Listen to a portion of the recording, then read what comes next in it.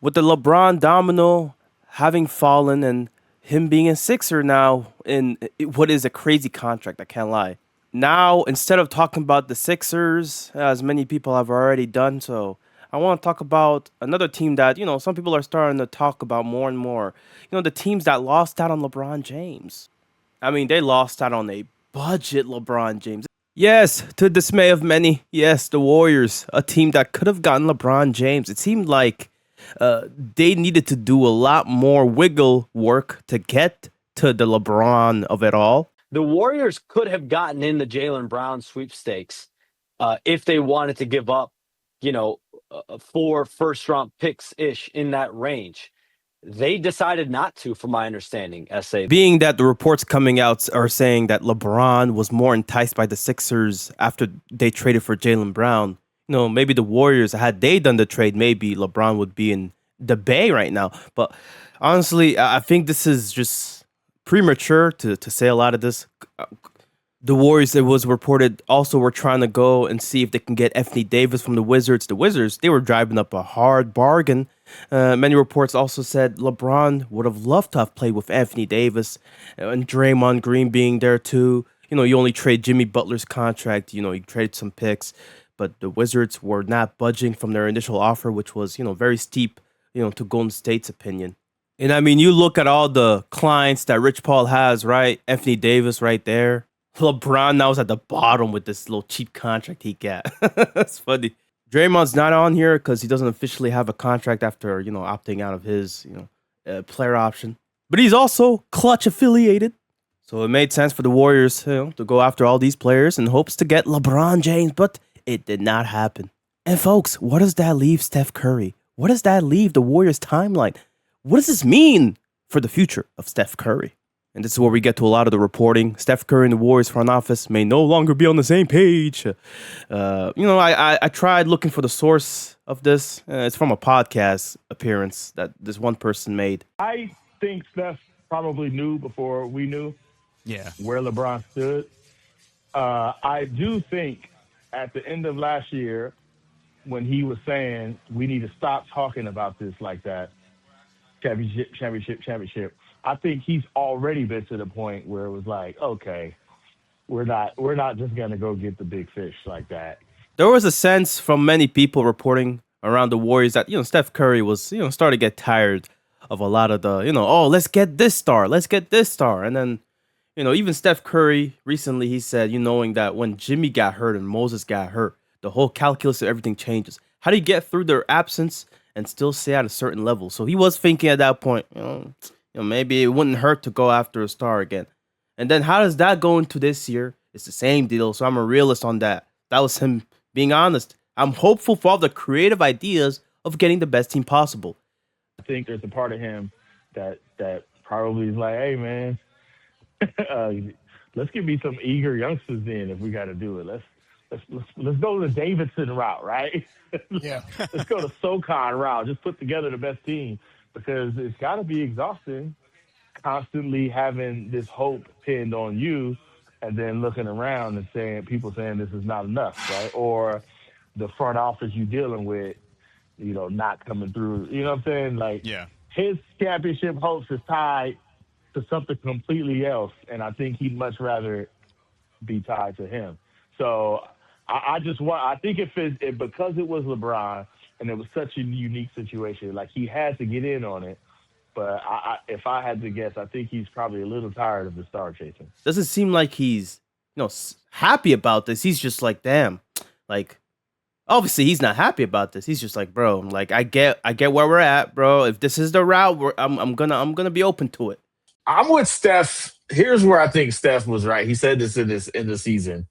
Like, that can't be the only barometer for doing anything. What makes you a favorite for a championship? Like, you just can't operate like that. It has to be what makes you better. And that's just got to be the only goal. What makes you better? It's as though when the front office operates with the Warriors, they operate as if they need to make a splash every time. They don't try to make marginal moves, or when they do, it's very minimal, very marginal.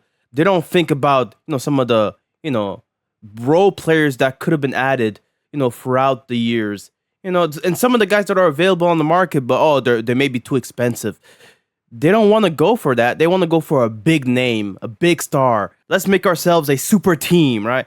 They're operating as if they're still in the 2016, 2017 time of the CBA. This is a different era, and they're still operating with the same mindset. Seems like. And there's more reporting. If you've been following the Warriors for a long time, you would not be surprised by this recent reporting, where it says here what Lacob wants to do, and this might get Warriors fans mad, but the Warriors but he wants to build the next team after Steph. They've heard this for the last 4 to 5 years. Warriors fans have.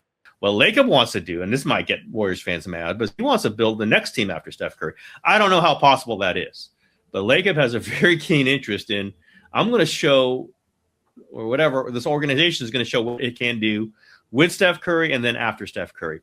I don't think it's going to be as good myself, but that's what he wants to do. This is something that fans have been aware of for a long time with Joe Lacob, right? Some of the draft picks they made, after KD left, right, in 2020, they picked up James Wiseman, right? Interesting. They didn't pick up LaMelo Ball. They passed up on him. And then obviously in 2021, they also drafted Moses Moody and Jonathan Kuminga, right? The pieces that they had, right? They wanted to clearly have guys come up next to Steph and grow and develop those guys to be, at some point contending for titles, when Steph gets older. I don't think the Warriors, even at that point, were thinking that 2022 was even a remote possibility. But the thing is, Steve Kerr, the coaching staff, the players, they're trying to win now. The front office, the ownership, it seemed like they were on a different wavelength even back then. What does that leave us? That leaves us with people that are now seeing Steph Curry for the 4th year in a row, 4th offseason in a row. It seems like the Warriors are just just twiddling their thumbs, not really doing anything. And so that's leaving people more and more certain that something's going to have to give. Either Steph Curry requests out, takes his balls, puts it on the table and says, yo, bro, I'm tired of this shit, bro. I'm done. Or the front office actually gets up and actually has to make moves that the fans are clamoring for after all these years, right? And so now we're seeing people proposing trades where Curry ends up in Charlotte. Oh boy, he gets to go back to Del Curry where he's at, and he gets to go back home in North Carolina where he was born and raised by Del Curry, his family. There's also mock trades I've seen. The Raptors,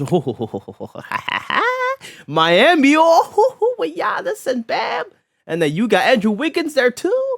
And then you got Steph and San Antonio. Please, NBA, please, bro. We can't. This is too much. We can't have Steph Curry with Stephon Castle and Wemby and Dylan Harper on the bench. It seems like at this point. I mean, I don't know. I'd be scared. I'd be shivering every day of my life if this happened. It seems like this quote unquote fantasy that the Warriors have had teaming up LeBron with Curry. It's been a reoccurring story for the last 8 years. I don't think people understand. This has been a thing where, reports keep coming out. Oh, the Warriors are looking into teaming up LeBron James with Steph Curry, yada, yada, yada. Now, Steph Curry, he's eligible for an extension. He can extend. I believe it's in late August. Apparently, they're going to discuss a possible 1 year to 2 year extension at that point. And that's where apparently Steph might use that leverage to try to see if they can build a contender the right way. As there's one article from The Athletic, New York Times hints at here. This part of the article here is quite revealing where, the end of the paragraph talks about how the longer it takes for him to sign an extension, the more you can bet Curry's using potential free agency as a tool to keep the Warriors pushing towards the end of building a contender, right? This is a very key point. Curry could use him being up for a contract next year, being a free agent. At that point, the Warriors lose all the leverage they would have if Steph doesn't extend with them as soon as late August. But many fans will clamor on and say, but what makes you think Steph Curry is going to even do that? He's loyal to a fault, just like Giannis was, but Giannis got traded to Miami. Well, he's not like Giannis. Okay, he's satisfied with what he has in his career. 4 championships? Giannis couldn't even win 2 in Milwaukee. And you think Steph Curry is in the same level. Relax before you clamor on in the comments, okay? There is something else that I want to show you that, may hint at Steph Curry potentially using his leverage here to try to either get the team to actually shape up or, get himself out of there. Though Kobe was able to have some pretty awesome moments at the end, culminating in his final game where he dropped 60 against the Jazz, it's starting to feel like it's setting up for that with Steph Curry in Golden State. The fear that Curry's career may end up like Kobe's career, right? You would think this is something that Curry might have, mentioned in a previous interview. And yes, you'd be right. He mentioned it in this interview from the San Francisco Standard. Steph Curry can see the end. You need a little fear what's coming. And he's very candid in his interview about what he sees coming. And this is the part that I want you to look at here where it says, so how do you see your career ending in the right way, Steph? And he answers simply competitive. He emphasized that. I've seen different scenarios, like everybody talks about Kobe in his last years. From my vantage point, I'm comparing it to guys that only play for one franchise, okay?